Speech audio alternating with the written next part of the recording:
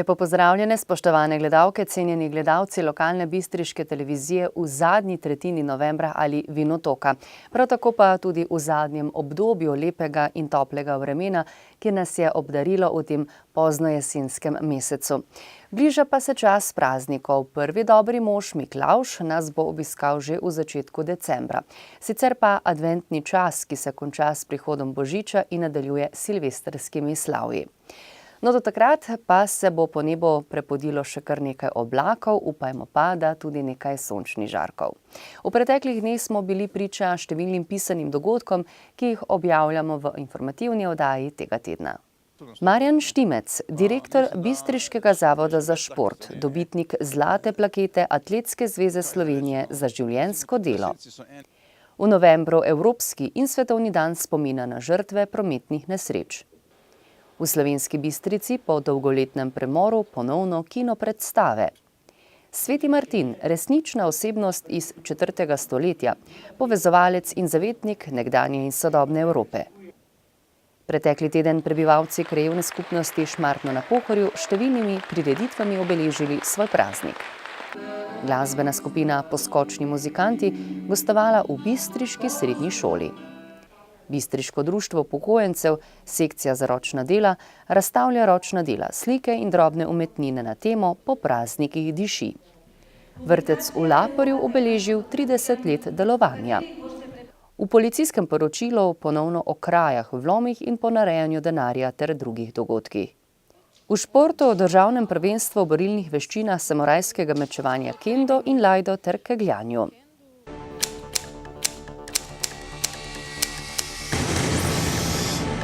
V rubriki Aktualno objavljamo tokrat prispevek o Marjanu Štimcu, direktorju Bistriškega zavoda za šport, ki je prejel zlato plaketo Atletske zveze Slovenije za življenjsko delo na področju športa, zlasti pa atletike. Marjan Štimec je v metu krogle bil 17-kratni članski prvak Slovenije. Leta 1975 je v Kranju postavil članski rekord v suvanju krogle 17 metrov in 6 centimetrov. Bil je reprezentant Jugoslavije, njegov rekord pa se je v Sloveniji obdržal celih 20 let. Leta 1993 je v Miyazakiju na Japonskem osvojil naslov svetovnega veteranskega prvaka v suvanju krogle. Ko si mlad in ljubiš šport, se ukvarja s tistim, ki ga ljubiš. Vsekakor pa je šport sestavljen iz zmag in porazov. Marjan Štimec, torej, kakšna je bila tista vaša športna pot, vaša športna zgodovina? Koliko let ste jo pisali in kakšna je bila? Ja, moja športna pot je bila zelo dolga. Jaz sem začel tekmovati, že ko sem bil star 12 let. To pomeni leta 1963. Tekmovati zares v državnem merilu sem pa začel 1967. In tiskrat sem bil tudi prvič državni prvak Jugoslavije za mlajše mladince. Potem sem bil pa še 4-krat, dvakrat za mlajše, pa še 3-krat za starejše mladince jugoslovanski prvak. Hkrati sem bil tudi slovenski vsakokrat tiskrat. Tiskrat smo hodili na državna prvenstva v Skopje, Novi Sad, Beograd, Sarajevo, Zagreb. Tada smo imeli malo daljše poti kot zdaj. Potem pa se je začelo člansko obdobje, ko sem bil točno katerega leta tretji na državnem članskem prvenstvu v Zagrebu, jugoslovanskem, potem pa slovenska prvenstva 17-krat. Slovenski rekord sem postavil leta 1975 in je držal do leta 1995. Nisem tekmoval samo v atletiki, tekmoval sem tudi v odbojki, v dviganju teži, v namiznem tenisu, tako da je bila ta športna pot zelo pestra moja. Leta 1993 sem bil na Japonskem veteranski svetovni prvak. Potem pa mislim, da sem aktivno športno pot sem jaz zaključil leta 1988. Potem sem se pa začel ukvarjati veteransko pa ljubiteljsko in potem pa še bilo to veteransko zadeva. Leta 1995 sem še bil na svetovnem prvenstvu veteranskem v Buffalo v Ameriki, vendar sem se poškodoval, tako da od tiskrat naprej nisem več mogel prav metati krogle. In leta 1930, moram tako reči, športna pot je stalno povezana z zmagami in porazi, tako kot je rekel gospod Fajs. Te zmage in porazi te kalijo in postaneš vedno močnejši. Pri zmagah zaradi veselja, pri porazu zaradi trme, ker drugokrat hočeš biti boljši, če si seveda pravi športnik. In to jaz pač moram pri sebi reči, mi je v vznemirjenju ogromno pomagalo. Marjan, bili ste nominirani tudi med 20 tistih slovenjebistriških športnikov, ki so nekako z zlatimi črkami pisali zgodovino prejšnjega stoletja v občini Slovenska Bistrica in slovenskega športa.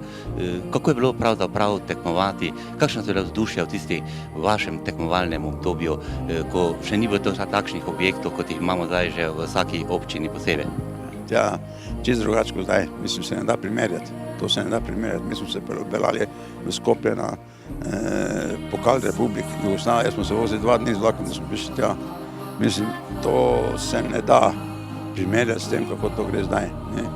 In tudi objekti, in tudi nastambe, nastanitve, hoteli in tako naprej. Mi nismo poznali hotelov, mi smo hodili po internatih, dijaških domovih in tako naprej, ker ni bilo s čem plačati. Mislim, to se ne da primerjati s tem, kaj je zdaj. Ne? In ker zdaj pa, če greš ti na veliko tekmovanje, pa če ni hotel 5 zvezdic, potem že več ni pravo, ne? Že potem novinarji imajo informacije, da ni organizacija vede in tako naprej. Mislim, razlike so ogromne, zelo. Mislim, mi nismo poznali nobene medicine, mi nismo poznali strokovno, nismo bili niti v sanjah tako daleč, kot sem recimo jaz zdaj. Pa vem, da so še dosti boljši od mene trenerji, ampak niti v sanjah nismo imeli trenerja, ki bi tako vedel, kot mi zdaj vemo. Ne? In smo mi trenirali, Bog ve, po katerih pokazateljih vse. Ne? Takrat ni bilo denarja, denarnih nagrad, vendar ste vi puščali srce na tekmovališčih, kjer ste nastopili in nekako čutili tisto pripadnost Sloveniji, Jugoslaviji, torej. Ja, smeram, da je to drugačne. Mi, če smo dobili medaljo ali pa lento ali pa pokal na tekmovanju, smo mislili, da smo dobili ne vem, strahovito zadevo. Ne? Samo mogoče sem bil tudi malo večji idealist. Seveda, bolj veliki idealist, ko si, bolj te potem življenje uči, da to ni tako. Ne? In kaj ne rečem, mi smo pravzaprav uživali, ko smo se družili. Teh poznanstev iz tistih časov je še zdaj dost. In tega tudi potem v poznejših letih, ko sem poslovno delal po ostalih republikah nekdanje Jugoslavije, sem ogromno teh, poznanstev, ki sem jih imel športa, lahko porabil v poslovni plus. Morda misel, jo imate še sedaj v glavi, ko ste se poslavljali tiste vaše bogate športne poti, morda stavek, morda beseda, s katero ste šli iz tistih tekmovalnih prizorišč? Ja, vedno sem rekel, ne, da če bi bil še enkrat mlad, bi še enkrat tak naredil.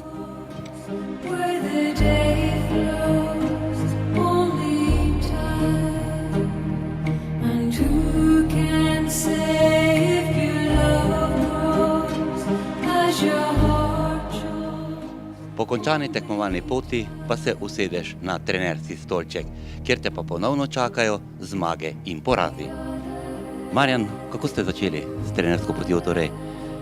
Kaj je botrovalo temu, kako ste se odločali, da ste postali trener in kako ste jo pravzaprav peljali in izpeljali? Ja, moram reči, da ko sem končal tekmovalno pot, nisem nikdar računal na to, da bi bil lahko trener. Ne. Mislim, trener, nisem imel, bi rekel, sem bil preveč z drugimi, sem bil zaposlen.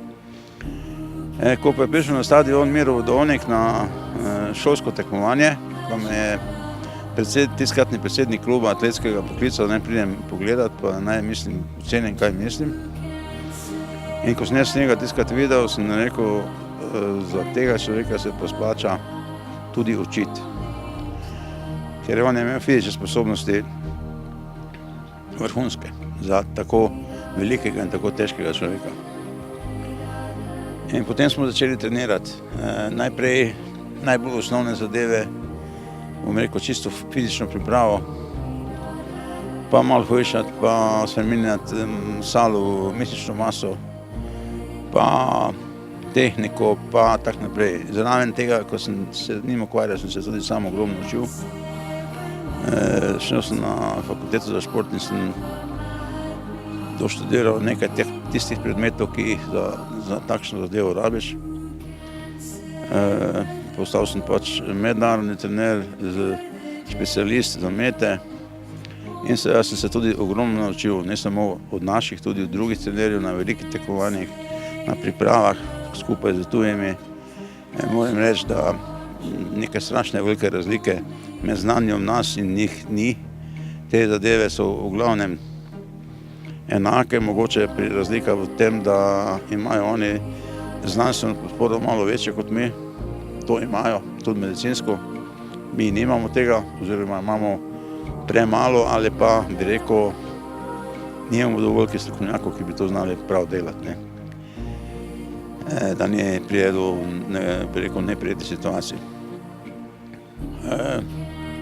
Zmaga in porazi, poslušajte, mi smo šli na olimpijado v Atene z, bom rekel, željo, da pridemo v finale.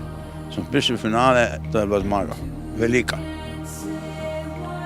Smo šli vsako na svetovno prvenstvo tudi željo, da smo med prvih 8, pa je bil 6, pa je bila tudi zmaga. Pa je še bilo več takih tekmovanj. Bilo je pa tudi veliko takih, kjer ni bilo tistega, kaj smo si mislili, da bo.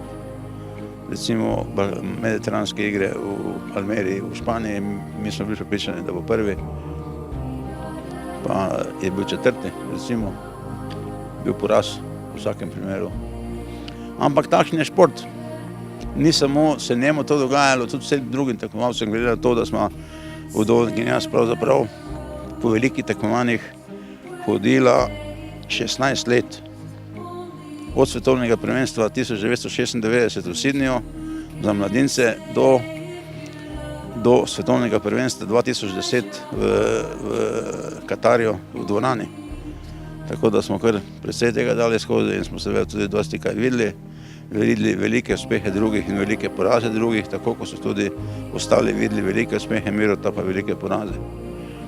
Tako je pač v tem trenerskem življenju. Nikdar ni, bi rekel, zanesljivo, da si sigurno vse prav naredil. Lahko tudi ne.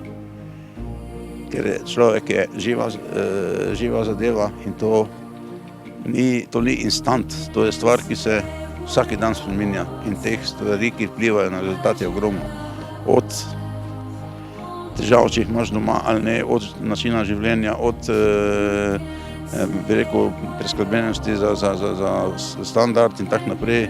To je cel kup stvari, ki vplivajo na to, koliko je ta tekmovalec pripravljen žrtvovati sebe in dela in bi rekel, ne razmišljati o tem, kaj bo potem, ko bo končal, ko ne bo več mogel tekmovati, ali pa če mu ne bo uspelo, ko je star 18 let, pa začne študirati, kaj pa če mi ne bo uspelo, če grem profesionalno pot, ker če ne greš profesionalno pot, ni možnosti za vrhunske rezultate.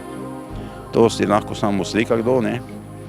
In te zadeve so kar povezane z dosti stvarmi. Mi, če bi hoteli, ker če zdaj govorim z trenerskega vidika, pa vidika funkcionarja Atletske zveze Slovenije, potem, če bi mi hoteli večje uspehe, če nam Atletska zveza, atlete velike uspehe, da vsega glede na naše možnosti, ne, bi morali tem mladim ljudem, ko mi ugotovimo, da je nekdo velik talent, pa da je pripravljen dosti delati, potem mu je treba, ko konča srednjo šolo, pokazati, kakšna bo njegova pot, od česa bo živel, kako bo treniral, kaj se pričakuje, tudi če ne bo to se zgodilo, kaj se pričakuje, kako bo.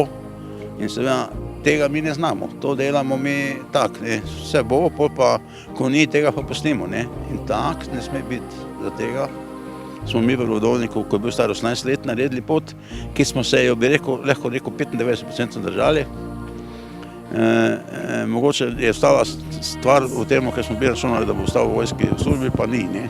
Ker so se med tem spremenila pravila. Drugače pa smo šli po tisti poti, ki smo si jo tiskrat, ko je bil star 18 let, napisali. Ker drugače se ne bi človek odločil za profesionalno metanje krogle, ampak bi šel delati v rodjarno ali pa bi šel še naprej v šolo, da ne ga še vse, ne. Mislim, to so stvari, katere je treba kar razmišljati, ko se to začne. Zanima pa me tudi to, kakšna je pravzaprav tista bila vaša skrivnost, kako ste vi Mirota na teh velikih tekmah nekako motivirali pred tistim njegovim nastopom. Kaj je bil tisto vajen ritual, če se kar takole izrazim, kako sta podoživljala tiste ure, minute pred samim njegovim nastopom? Kaj je bilo tisto vajno vodilo, ki jo je nekako potem tudi povezalo, da je Miro bil na tekmovališču uspešen? Ja, moram reči, da včasih je uspelo, včasih ne, ampak mi nismo kakih posebnih ritualov imeli smo pa bi rekel, kako se temu reče, penaljenje, ne, se rečejo športniki, sem se napenalo, ne. Trebali smo ga naštimati, da je bil prepričan, da lahko vrže daleč, da niso drugi boljši od njega, pa tak naprej, ne. In to smo tudi delali. Drugače smo pa rekli tak, Miro, idi v krog, vrži kugu tako, kot jo znaš, pa bo dobro. In to je to. In to je bil torej uspešen recept, kajti Miro Vodovnik je imel torej fantastično športno pot, vi ste jo podoživljali z njim in verjetno je v tem zahvala tudi Atletske zveze Slovenije, pa tudi vseh, ki so nekako povezani s tem vrhunskim športnikom. Ja, saj nismo samo Miro, ne, jaz sem kot trener pomagal točno komu drugemu, ampak iz drugih klubov, ne samo pri nas, jaz sem bil tudi državni trener in tako naprej, mislim, to je se brez vede se meniti, ne. Samo moram reči, da glede na Mirotove fizične sposobnosti, mogoče on ni dosegel tega, kar smo si mislili, ampak niso samo fizične sposobnosti tiste, ki odločajo o tem, kako dober boš, in mogoče na drugem področju pa ni bil tako vrhunski, kot je bil fizično.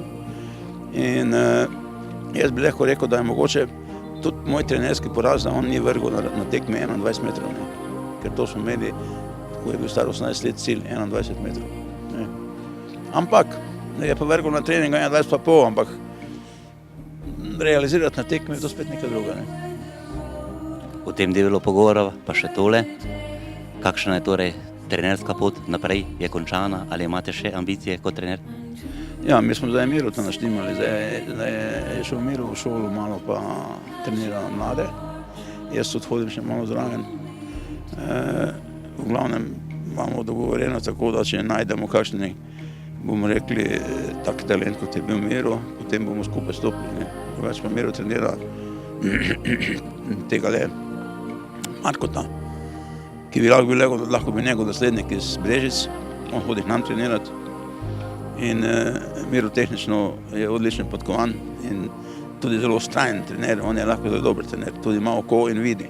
To so tudi drugi videli, ne samo zdaj treba še pa malo v šole iti, ker če ni licenc, pa če ni tega, pa se najbolj tekme ne more iti, ne. Moraš imeti to, drugače te ne morejo delegirati sploh, ne.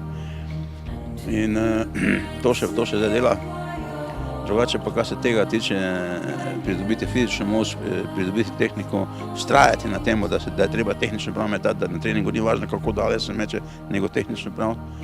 Ker če se tehnično met izvede prav, gre stalno daleč. To sploh ni variante. Ker je tista sila in moč, ki jo ti v bistvu daješ v to met, je enaka, če narediš tehnično narobe ali pa če narediš tehnično prav. In če narediš tehnično prav, mora iti in tudi gre. In Miro je zato res vztrajen, jaz vidim, ko te dve deklice ima, so že kar dobre. Ena je državna prvakinja do 23 let, ena pa je bila tretja do 23 let, tako da mislim, da skrb bo nekaj iz tega in on se tudi pripravljen učiti in to je to.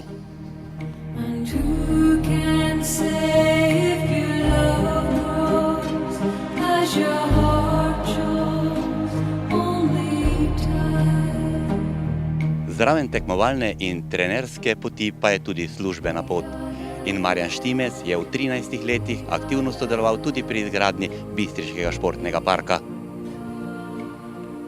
Marjan, 13. leto ste torej že direktor Zavoda za šport tukaj v Slovenski Bistrici in v Slovenski Bistrici je zrastel torej modern športni park, ki je lahko ponos daleč naokoli v celotni Sloveniji in še tudi izven naših meja.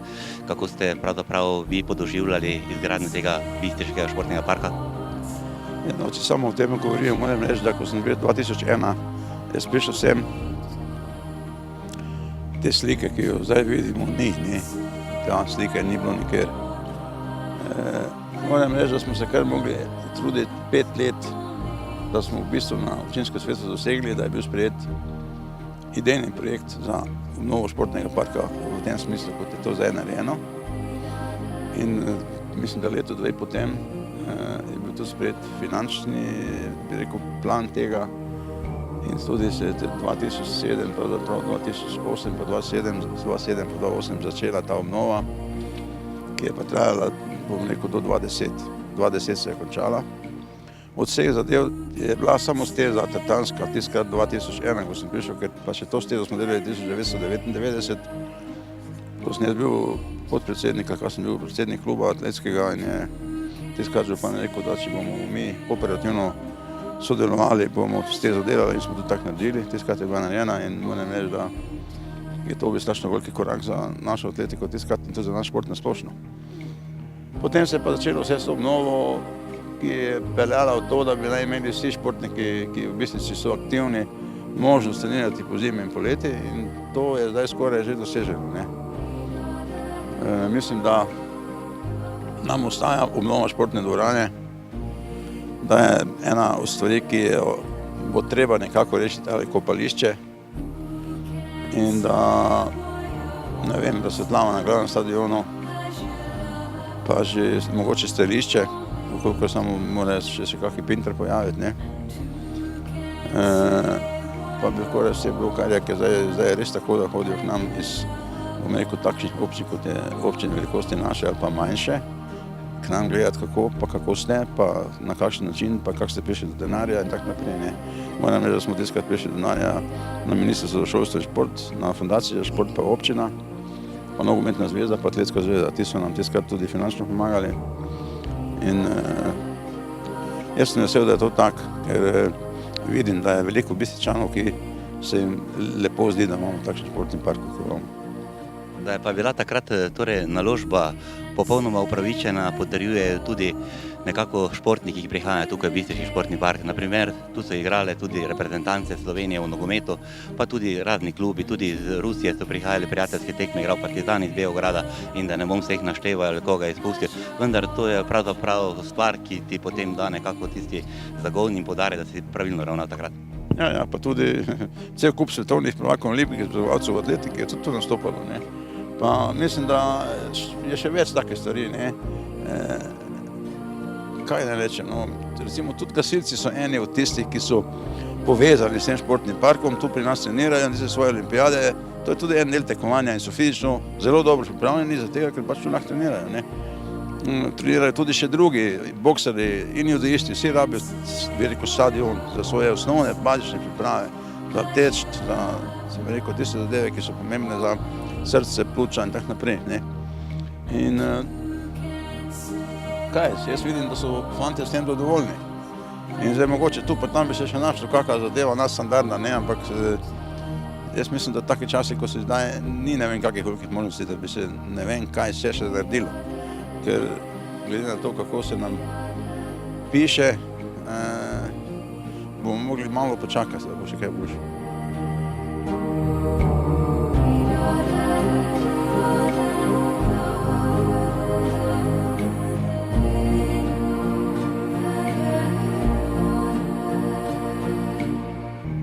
Za trdo in uspešno delo v športu pa se delijo tudi nagrade. In Marjan Štimec je prejel zlato plaketo za pomemben prispevek k razvoju slovenske atletike. To je največje priznanje, kar si lahko v Sloveniji sploh dobi. Torej, Marjan, čestitke za tole zlato plaketo in seveda, kaj vam to sedaj tale plaketa pomeni. Verjetno je to tisto vašo življenjska nagrada in boste rekli, to je samo zmaga, tukaj porazov ni. Hvala lepa čestitke. Moram reči, da je to priznanje, ki se dobi v atletiki, ne v drugih športih, ne mislim, ko ste rekel, da največje priznanje, ki ga lahko v Sloveniji dobiš, ampak v atletiki to pomeni, ne, so druga priznanja, ki so še dosti večja od tega, ampak te se dobijo na olimpijskem komiteju, pa še kje druge, ne. Ampak jaz sem zelo vesel, da se Atletska zveza sploh spomnila na to, da smo v Slovenski Bistrici atletsko društvo pripeljali iz, bom rekel, 10 članov na 200. Da imamo cel kup nekih državnih reprezentantov v vseh kategorijah, da imamo cel kup državnih prvakov, pokalnih prvakov, ne, mislim, zelo uspešen klub smo. Po teh lestvicah, ki jih ima Atletska zveza Slovenije, smo 4. najbolj močni klub v Sloveniji in zato nam tudi zaupajo prireditve velikih tekmovanj. Moram reči, da so ti naši mladi fantje, ki zdaj to pravzaprav dosti bolj furajo kot jaz, zelo, zelo aktivni in zelo, zelo pridni. Je pa res, da smo jih pa mi tega naučili, ker smo mi tudi mogli tako delati, če smo hoteli klub kam spraviti. Meni to priznanje pomeni ogromno in bo seveda to priznanje povzročilo, da bom jaz na športnem področju še delal, dokler bom lahko. Tudi, če bom se upokojil, verjetno še kar naprej. Jaz pač moram reči, da je šport en velik del mojega življenja in sem vesel, da so se spomnili na mene v Atletski zvezi Slovenije. Če čisto za konec povežete z enim stavkom, torej vašo tekmovalno pot, trenersko pot in na koncu tudi zmagovalno nagrado, ker smo o zmagah govorila in tudi porazi. Ja, jaz bi rad pač rekel, da sem se skozi trudil in še bom, koliko se da bi ustvarjali pogoje za bistriške športnike v tem smislu, da bi bili stalno boljši, da bi lahko nastopajo v višjih ligah in tako naprej. Seveda, to se je povezano z organizacijami v klubih in pa z finančnimi sredstvi, o katerih pa boš, da ne bi mi to zdaj govorili. Jaz pač mislim, da je zmaga to, če lahko vsi ti fanti in dekleta, ki imajo veselje do športa, trenirajo na, bom rekel, solidnih pogojih, da je to velika zmaga, ne. Mogoče pa je poraz to, da jim ne uspe priti v prvo ligo ali pa zmagati nekaj, ampak porazi so sestavni del športa in porazi naučijo človeka živeti z porazi in zmagami. In to je bistvo športa, živeti z porazom in živeti z zmago. To je to.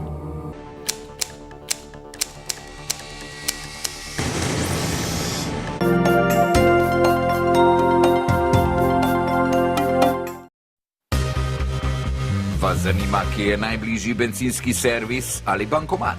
Dobra restauracija. Kakšen je delovni čas trgovin? Na pametni telefon ali tablico si z Google Playa naložite aplikacijo Pirs. In brezplačno boste izvedeli vse, kar vas zanima. Pirs. Brezplačno na Google Playu.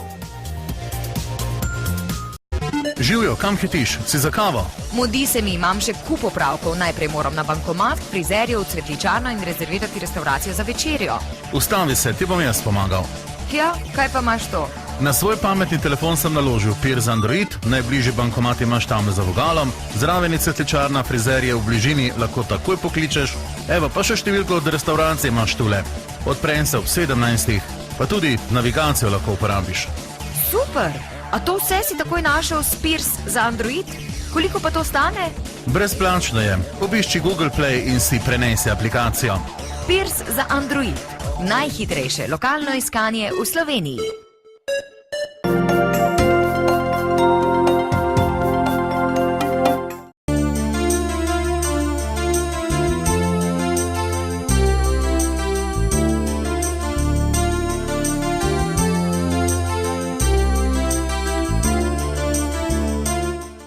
V rubriki Lokalne novice smo se pretekli in ta teden sprehodili po slovenjebistriški občini in zabeležili številne zanimive dogodke.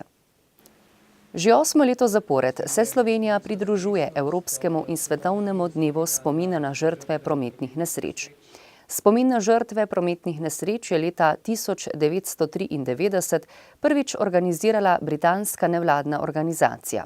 Sledile so aktivnosti, ki jih je podprlo Evropsko združenje žrtev prometnih nesreč. Leta 2007 pa je Svetovna zdravstvena organizacija imenovala 3. nedeljo v novembru za Svetovni dan spomina na žrtve prometnih nesreč. In kakšen je namen Svetovnega dneva spomina na žrtve prometnih nesreč? Smrt ali poškodba v prometni nesreči je nenaden, silovit in travmatičen dogodek. Občutek žalosti in nemoči pa je še toliko večji, ker je med žrtvami veliko mladih. Tudi odnos javnosti do smrti, poškodb in žrtev ter svojcev je velikokrat nezadosten, neprimeren in neprijazen ali celo krut do izgube življenja ali izgube kakovosti življenja. In kakšna je bilanca smrtnih žrtev na slovenskih cestah v tem letu? Od 1. januarja do 9. novembra 2014 smo zabeležili 93 žrtev prometnih nesreč s smrtnim izidom. Po statistiki od leta 2009 pa do danes število žrtev sicer upada, vendar je številka še vedno previsoka, saj vsako življenje šteje. Občina Slovenska Bistrica je obeležila spomin na žrtve tokrat v Šmartnem na Pohorju. In sicer v sklopu krajevnega praznika, sicer pa spominska slovesnost poteka vsako leto v drugem kraju. Kratek kulturni program so pripravili učenci in učitelji Šmarske osnovne šole in člani kulturno-umetniškega društva. Cesta ni presta in tudi nobena nevesta. Cesta je zvita kača, ki se zvito obrača. Po njej tovornjaki hitijo in vse pred seboj zmečkajo in pomorijo. Cesta še zdaleč ni presta in najmanj bela nevesta. Cesta je zvita kača, na kateri vsak nepraviden korak z življenjem se plača. Prisotni pa so bili tudi člani Zveze avtomehanikov in šoferjev, policije, predstavniki občine ter krajevne skupnosti. V Slovenski Bistrici se je ponovno pojavil kino oziroma kino predstave. Po dolgoletnem zatišju je DPD Svoboda Slovenska Bistrica pridobila zunanjega izvajalca, ki naj bi nekaj dni v tednu vrtel filme z raznoliko vsebino in tako pred velika platna ponovno privabil bistriško občinstvo. Kljub različnim medijem, ki nam ponujajo ogled filmov iz domačega fotelja, pa je vendarle ogled kino predstave tudi družabni dogodek. Zato prijazno vabljeni v prostore DPD Svoboda k ogledu naslednjih filmov. Nekaj se jih je sicer že odvrtelo. 21. novembra ob 17.30 si boste lahko ogledali film Igra lakote prvi del, ob 20. uri pa Rio I Love You. V soboto 22. novembra ob 17.30 in ob 20. uri ponovno Igra lakote prvi del. V petek 28. novembra ob 17.30 Pingvin iz Madagaskarja, ob 20. uri pa film Mali Budo. V Slovenjebistriškem gradu je potekalo pretekli petek 14. novembra predavanje na temo Sveti Martin, zavetnik Evrope, ki ga je pripravil Slovenjebistričan dr. Ferdinand Šerbel, zaposlen kot kustos v Ljubljanski narodni galeriji. Čeprav vsako leto god svetega Martina obeležujemo zgolj z martinovanji, ki potekajo po vinorodnih okoliših, tako na Slovenskem kot izven naših meja, pa je sveti Martin zanimiv kot zgodovinska osebnost tudi iz drugih vidikov. O tem je tekla beseda tudi na petkovem predavanju, saj Martinovo romanje iz Madžarske, kjer se je rodil, pa do Francije, kjer je živel in tudi umrl, pomeni tudi povezovanje Evrope, pa tudi razdvajanje. Z legendarno gesto, ko je delil svoj plašč z revežem, je postal podoba novih časov. Martinova pot je še danes simbol povezovanja med narodi Evrope. Je simbol veselja, podoba srečevanja različnih kultur, bogatenja in velikodušnosti. Del Martinove stopinje je vtisnjen tudi na cerkvi svetega Martina na Šmartnem, kot simbol dela poti, po kateri naj bi hodil slavni popotnik, zavetnik revežev in številnih rokodelcev tistega časa. Od 13. do 16. novembra so potekale v krajevni skupnosti Šmartno na Pohorju številne prireditve ob krajevnem prazniku, ki so ga umestili v čas zgodovanja svetega Martina, po katerem se imenuje tudi podružnična cerkev. Krajevna skupnost Šmartno obsega 10 zaselkov, v katerih živi približno 1180 prebivalcev. V zadnjem času pa se lahko ponašajo številnimi novimi pridobitvami v vaškem jedru in okolici. Šmarčani pa slovijo tudi kot odlični gasilci. V Šmartno je bila tokrat umeščena tudi občinska slovesnost kot spomin na žrtve prometnih nesreč. V okviru praznika so si lahko obiskovalci ogledali potopisno predavanje o Islandiji, se sprehodili po Devinskem Vintgarju, najmlajši pa so si ogledali lutkovno predstavo. Šmarčani so krstili mošt, organizirali dan odprtih vrat krajevne skupnosti, v sklopu s praznikom pa so na domačiji Rudija Streharja v Zgornjem Pribokovju odkrili obeležje tajnega skladišča orožja v letih 1990–1991. Nekaj teh obeležij je že postavljenih drugod po občini. Streharjevo pa so umestili tudi v čas praznovanja krajevne skupnosti. Osrednja slovesnost je bila v nabito polni športni dvorani osnovne šole, kjer so se zvrstili govorci, praporščaki, domača društva, prepevali so pevci, igrala je godba pihala, vmes nekaj šaljivih vložkov, pri praznovanju pa so sodelovali domala vsi. Tako župnija svetega Martina, osnovna šola z vrtcem, gasilci, Rdeči križ, občina Slovenska Bistrica, kulturno-umetniško in turistično društvo, kot tudi veterani vojne za Slovenijo in aktiv kmečkih žena, ki je prejel posebno priznanje ob 30-letnici delovanja. Da je v slogi moč, je bilo čutiti tako ob pripravi praznovanj, kot tudi ob številnih pridobitvah, ki so si jih ustvarili sami. V petek 14. novembra je športna dvorana srednje šole v Slovenski Bistrici pokala po šivih, saj je gostoval slovenjebistriški ansambel, poskočni muzikanti s številnimi gosti, kot so Modrijani, Oto Pestner, Nuša Derinda in drugi. Gre za mlado glasbeno skupino, ki deluje od leta 2010. Sedež ansambla pa je v Slovenski Bistrici. Iz Slovenske Bistrice sta tudi harmonikar Martin Juhart in kitarist Jože Kotnik, klarinetist Domen Lesjak je iz Žigarc, Lovro Sadek je iz Oplotnice, edini neštajerc pa je Nejc Tratnjek doma iz Turnišča. Vsi pa so glasbeno izobraženi.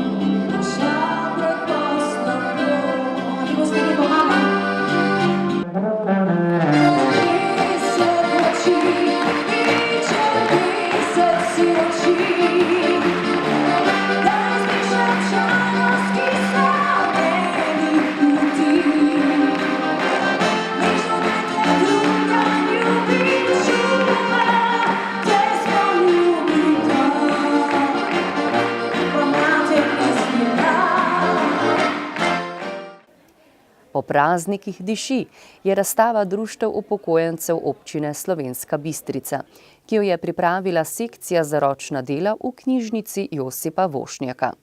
Pridne in spretne roke ustvarjalk pa so dodale svojim umetninam tudi praznično noto. Tako si lahko do 8. decembra ogledate ročna dela, slike in druge drobne umetnine. Verjetno pa bo marsikaterega obiskovalca prešinila misel, da bi tudi sam poskusil kaj podobnega.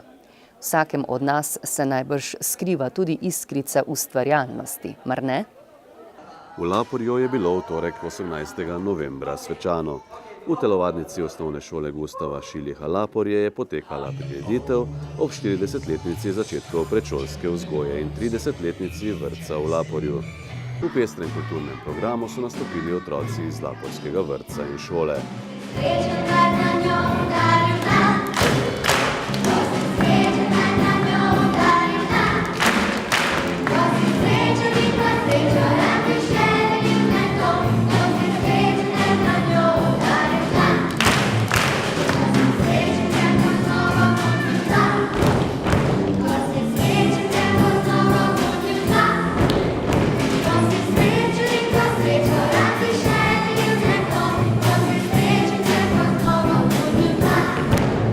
Slavnostna govornica je bila ravnateljica osnovne šole Gustava Šiliha Laporje Margareta Voglar.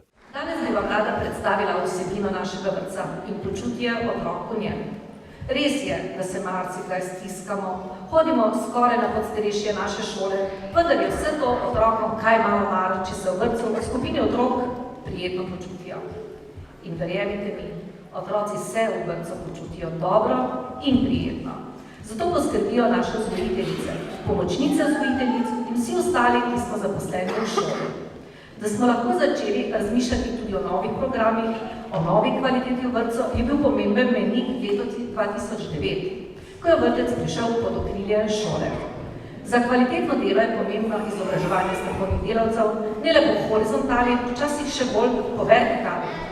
Pomembno je, da vzgojiteljice spremljajo tudi delo učiteljic, se seznanjajo z zahtevami prvega vzgojno-izobraževalnega obdobja v šoli in na podlagi teh smernic in v skladu s kurikulom vrtca pripravljajo letne programe za otroke svojih otrok v skupinah.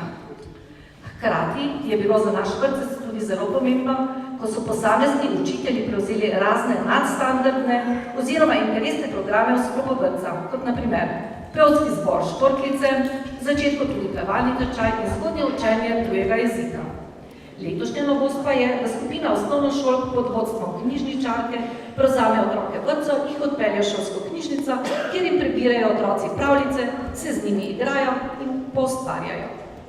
Vendar se v našem zavodu še kako zavedamo, kako pomembno je vseživljenjsko učenje, ne le na papirju. Zares.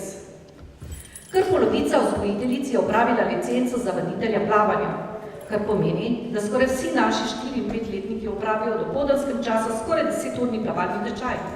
Vzgojiteljice se izobražujejo za mentorje in sicer za planinsko mentorico, večina starejših otrok je pri planincih, za folklorno mentorico, ko naši otroci sodelujejo na raznih nastopih, folklornih revijah, lani so se celo z odličnim izvirnim delom uvrstili na področno revijo. S pomočjo seminarjev smo usposobili tudi mentorico, ki pokriva področje športa v vrtcu. Od najmlajših pa tja do najstarejših se vemo, kako pomembno je gibanje v življenju posameznika. Zelo pomembno pa se nam zdi, da se je vzgojiteljica vpisala in tudi končala fakultetni študijski program zgodnje učenje tujega jezika v vrtcu. Tako so vsi naši malčki v starejši skupini skozi igro učijo angleščino. Naslednje leto pa upamo, da bomo program razširili še na mlajše. Med letom pa organiziramo tudi razna združenja staršev, ki so primerna za naš kraj in za naše okolje. Torej moramo priznati, da smo na programih zares pridobili in da smo starše razbremenili tako plačila tujega jezika, kot skoraj celotni plačila in vožnje na plavalni tečaj. Vemo namreč, da so te stvari lahko sicer tudi precej drage. Najpomembneje pa je seveda delo v samem oddelku, kjer je treba poskrbeti ne le za nego, še bolj za toplo, ljubeče in predvsem spodbudno, učno ustvarjalno okolje za naše, vaše najmlajše. Tu nam vedno znova stoji ob strani Zavod za šolstvo, ki nam pripravlja razna izobraževanja, ki so glede na potrebe naših delov lahko namenjena samo nam v Laporju. Ali pa študijska srečanja, kjer se naše vzgojiteljice družijo, izobražujejo in izmenjujejo dobro prakso skupaj z vzgojiteljicami drugih vrtcev. Trudimo se zagotoviti vse potrebno za dobro počutje naših malčkov. Vedno znova iščemo nove poti, nove rešitve, se skušamo prilagajati potrebam staršev, se zavedamo, da se ob nasmejanih in zadovoljnih otrocih vsi počutimo dobro. Prireditve pa so se pridružili številni gostje, med njimi tudi župan občine Slovenska Bistrica, dr. Ivan Žagar in predsednik krajevne skupnosti Laporje, Štefan Otorepec. Moram reči, da se za te mlade, za te najmanjše v Laporju splača potruditi in se truditi še naprej, da bomo župan čez 4 leta v novih prostorih. Prvi zametki potujočega vrtca, Cicibanova in male šole pred 40 leti v Laporju so imeli poslanstvo predvsem o socializaciji otrok pred vstopom v osnovno šolo. Kasneje pa je vrtec postal nujna pomoč staršem pri organizaciji družinskega življenja. Kmalu zatem je vrtec postal organiziran v skladu s smernicami predšolske vzgoje.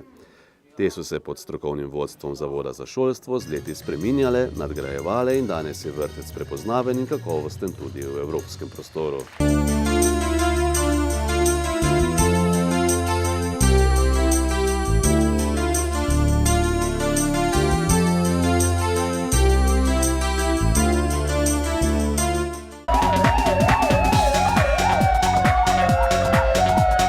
Policisti Slovenije Bistriške policijske postaje so v preteklem in tem tednu obravnavali naslednje dogodke in pojave. Z področja kriminalitete so obravnavali 12 kaznivih dejanj, od tega 9 tatvin, 1 poškodovanje tuje stvari in 2 ostali kaznivi dejanji. Pragersko. Za okoli 350 evrov je neznani storilec oškodoval lastnika traktorja, saj mu je izpraznil rezervoar z gorivom. Na enem od gradbišč pa je nekdo kradel za 600 evrov gradbenega materiala. Slovenska Bistrica. Na enem od bencinskih servisov je storilec natočil gorivo in odpeljal, ne da bi plačal, vendar je bil kasneje izsleden. Policisti so odkrili tudi ponarejen denar, saj je storilec unovčil bankovec za 50 evrov. Iz trgovine pa je izginilo za 30 evrov blaga. Policisti so izsledili tudi ukradeno prikolico, obravnavali vlom v avtomobil ter tatvino delov iz avtomobila. Škoda je za 350 evrov. Spodnja Polskava. Na počivališču avtoceste je neznani storilec ukradel 270 litrov goriva. Škoda je za nekaj manj kot 360 evrov. Zgornja Polskava. Neznani storilec je ukradel iz skladišča nekaj materiala in povzročil v notranjosti še nekaj dodatne škode. Lastnik je oškodovan za 400 evrov. Z področja prometne varnosti so policisti obravnavali 12 prometnih nesreč, podali 5 obdolžilnih predlogov, izdali 19 plačilnih nalogov in začasno odvzeli 2 vozniški dovoljenji. Z področja kršenja javnega reda in miru so posredovali 5-krat, obravnavali pa so še manjši požar in delovno nezgodo.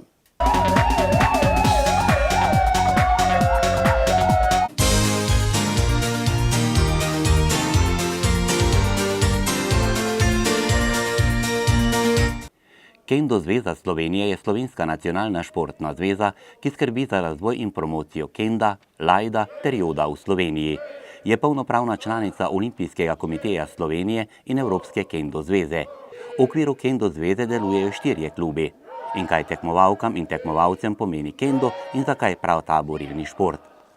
Kendo pomeni prav način življenja. Živimo tako samuraj, poskušamo po teh načelih. Zakaj sem se odločil? Preprosto, samuraj se mi je bil všeč, všeč mi je bil šport, všeč mi je spoštovanje, izredno kolegialnost med ljudmi. To. Zajdo sem se odločil zato, ker je to kar dobra rekreacija, zahteva tako, da se koncentracijo krepiš, potem tudi razmigaš se in pa je zelo taki šport, ki ga lahko delaš praktično celo življenje. bistvu kendo pomeni šport in pa način življenja. Zakaj sem se odločil za kendo? Je zato, ker je privlačen način življenja. Meni so bili vedno všeč, mi je bilo vedno všeč mečevanje. Tako in japonske borilne veščine imajo, ni samo gola tehnika, ampak imajo tudi v bistvu se učiš načina življenja v bistvu. To se je zavzeto v teh borilnih veščinah, tudi v kendu. Kendo je ena najbolj tradicionalnih japonskih veščin, mečevanja, izvira še iz časov samurajev in tako dalje. Tako da, drugače pa sama disciplina mi je všeč, ker poudarja, ne vem, vrednote, kot so spoštovanje do drugega, da daš najboljše od sebe, da si iskren do sebe in tako dalje. In to se potem izraža tudi v tehniki in v samih borbah. Kendo sem začel trenirati ene par let nazaj. Sem se odločil, da enostavno bi rad začel neko borilno veščino in sem bil neko mes, kaj bi aikido. Sem nekaj aikido gledal pa tako. Pa sem pa slučajno opazil kendo. Sem šel malo na YouTube pogledati, kako to izgleda in me enostavno v tistem trenutku sem kar, to je to in sem začel in še nisem nehal. Raje spustim druge stvari, kot kendo na ta način, kaj ne rečem. Super, način življenja, bi lahko rekel. Slovenska Bistrica je bila v soboto 15. novembra v znamenju 8. državnega prvenstva v kendu in 1. državnega prvenstva v lajdu. Prav vsi tekmovalci, ki so nastopili v drugi osnovni šoli v Slovenski Bistrici, so se izkazali s srčnostjo in zvrhano mero znanja te borilne veščine. Pred domačimi gledalci je prvič nastopila tudi naša sokrajanka Polona Košir. Njen dvoboj v skupini je takole komentirala izkušena tekmovalka Tanja Grajf iz ljubljanskega kluba. Gledamo nastop na državnem prvenstvu Bistričanke, torej Polone Košir. Tukaj z mano pa tudi kolegica, ki bo pokomentirala, torej, kako pravzaprav borba poteka in kako se odvija. No, zdaj trenutno gledamo prve izločevalne borbe v bazenu, kjer se 3 borci borijo, 2 od 3 gresta naprej. In zdaj cilj v borbi je zadeti 2 točki in na voljo imate za to 3 minute. Pri kendu je točko precej težko zadeti, ker mora biti veliko elementov pri tem upoštevanih. In sicer mora biti pravilna drža, določeno mesto je potrebno udariti s pravim delom meča, treba je dati tale kjaj, ki ga slišimo, ta krik, pa še treba je potem imeti pravilni borbeni duh, mi rečemo temu zanšin. Se pravi, to se pa nakaže tako, da po udarcu se gre skozi, se pravi, da se ne samo dotakne na mesto, ampak mora res borec nakazati, da je 100% mislil, da gre pač v res. Zdaj pač... Če se torej dotaknemo kar tega dvoboja, kakšno je trenutno stanje in katera kdo je v prednosti? Zdaj trenutno je 0-0, Polona je recimo ima rahlo boljšo pozicijo, bolje izkušena. Zdaj problem je tudi, tle recimo se veliko gresta skupaj v distanco preblizu. Vedno je treba borbo začeti nekje, kjer se 2 meča križata čisto na začetku in potem iz tega je potrebno izvesti napad. Se pravi, narediti eno dobro priložnost, da se nasprotnik odpre in potem iti noter in izvesti napad. Zdaj pač Polona trenutno prova iti v napad, večkrat je provala izvesti udarec v do, to je preko trebuha, res preko trebuha. No, zdaj to je bil že recimo skoraj blizu udarcu v glavo. Ampak se manjko recimo zanšin pa...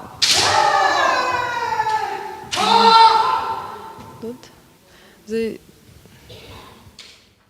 Moram povedati, da Polona je na tem borilnem dvoboju po višini manjša tekmovalka, ima tudi tisti označevalni beli trak, nasprotnik ima rdeči trak, potem tudi sodniki nekako ločijo, kdo pravzaprav doseže točko in še nekaj minuto in nekaj sekund do konca dvoboja. Zdaj načeloma višina pa niti ne fizična moč sploh ne pride toliko upoštev pri borbah v kendu, ne. Je v bistvu veliko tehnika, sam timing, pa v bistvu tudi koliko si upaš, ne, jeti skozi, ne. Tle dejansko moraš iti noter, da daš ta pravilni zanšin, ki se potem šteje za točko, ne. Zdaj recimo vi tle se veliko blokira pa tako, ne, in je težko pač priti do točke. No, to se je zaključilo zdaj v tako imenovanem hikivake, ki pomeni neodločeno, ne. In če bi to bila recimo runda v polfinalu, bi se igralo podaljšek, ampak ker ni runda v polfinalu, se zdaj pač šteje samo točke še iz prejšnjih 2 borb v bazenu in se bo bolj videlo, kdo bo šlo naprej. Polona, 2-krat je bila športnica leta, pravzaprav po dosežkih v judu, vendar sedaj te leto dni videvamo že tukaj v tej borilni veščini, to je kendo, tukaj si na svojem prvem državnem prvenstvu in bi te kar takole vprašal, kaj pravzaprav bo trvalo temu, da si se odločila za tale kendo borilno veščino? Pa kendo pa podobna mečevanja v dosti so me že dolgo zanimala, ne? Vendar najbolj pripomoglo pa je kljub temu to, da sem imela veliko poškodb pri judu samo in tam za tekmovanje ni šlo več dalje, tako da sem se mogla za nekaj drugega odločiti in sem šla lansko leto na državno prvenstvo, ki je potekalo v Mariboru in sem rekla, te pa grem na trening pogledati, pa sem ostala. Ostala si torej leto dni in si na svojem prvem državnem prvenstvu tukaj v domačem kraju, torej v Slovenski Bistrici in verjetno je bil to kar zate velik izziv. Danes v skupini ti je šlo, na to pa je nekako so pri težji nasprotniki, že pravzaprav trenirajo tudi dlje časa. Ja, nasprotniki seveda trenirajo že dlje časa od mene, ne. Zdaj le veš, da seveda je izziv pred domačim občinstvom, pa tudi, ker sem pravzaprav imela vso organizacijo prek, ne. Tako da vse se dobro počutim. Zdaj pa upam, da v naslednjo leto boljše.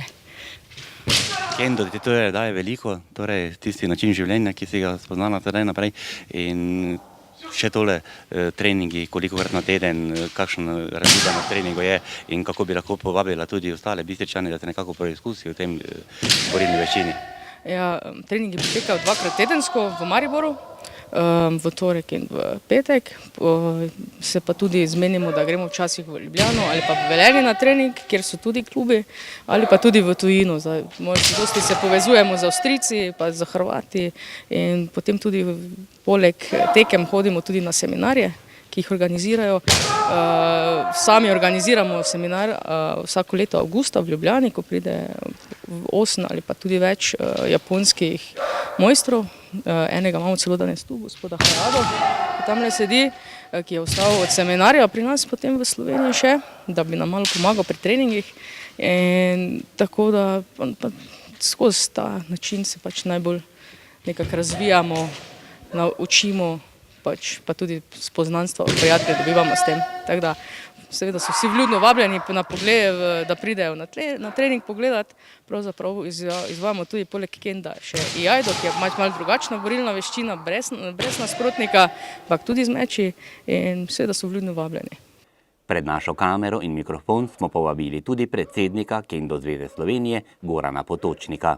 Ja, to je 8. državno prvenstvo v kendu in prvo državno prvenstvo jajda, ker Kendo zveza vključuje tako kendo kot jajdo, 2 disciplini.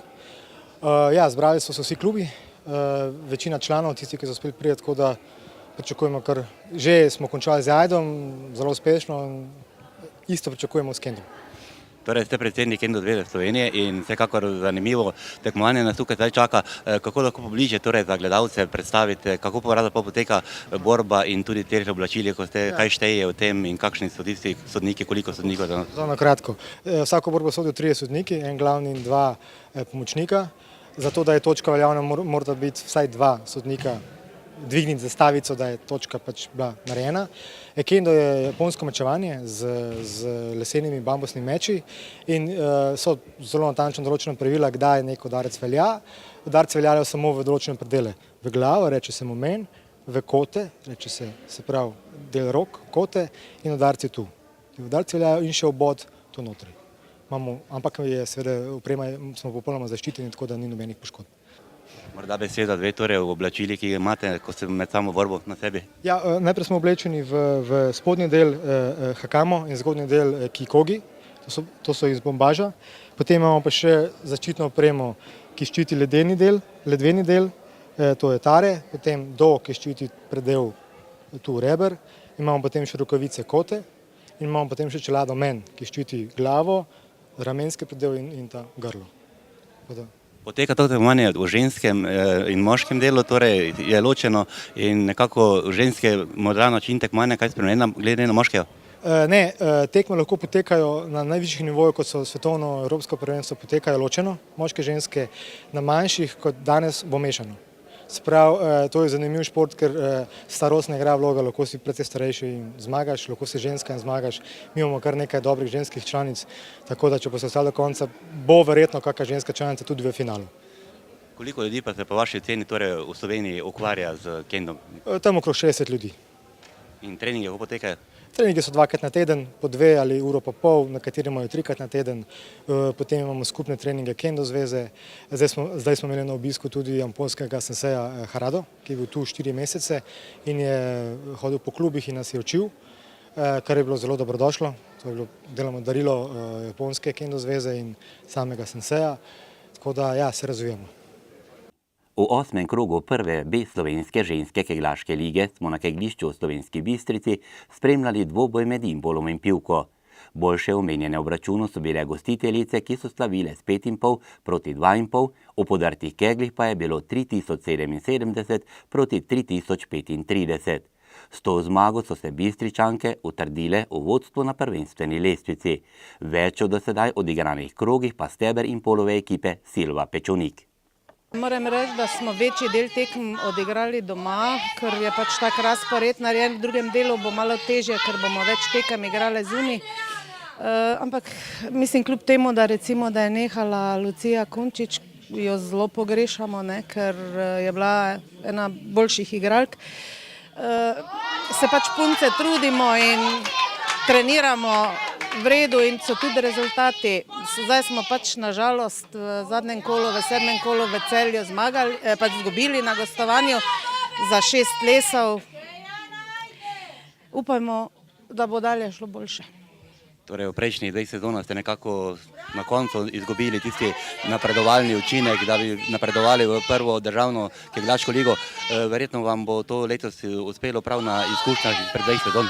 Ja, 3krat se nam je že zgodilo, da smo zdaj v prvi B ligi bile prekratke za 1 točko, se pravi, da smo bile pač neodločen rezultat ali pa zguba. Zdaj to je čist, upamo, da smo se na tem kaj naučile zdaj v 3 letih, da bomo zdaj bolj se potrudile. Ekipa je torej kar kombinirana, večinoma je tistih mlajših punc, ki kegljajo in verjetno je to kar prav za tale bistriški kegljaški šport. Ja, radi bi imeli še tudi kaj več mladine, kakšna je mlada dekleta. Nekaj imamo od zadaj, nekaj raste.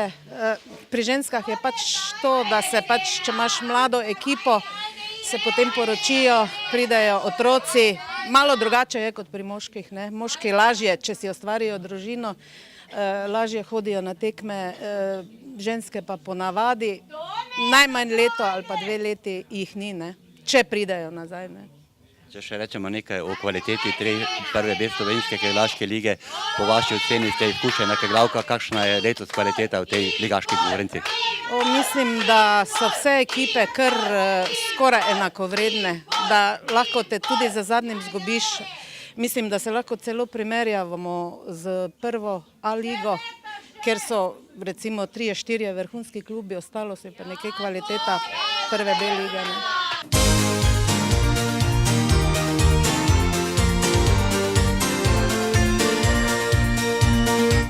Spoštovani, oddaja se je iztekla.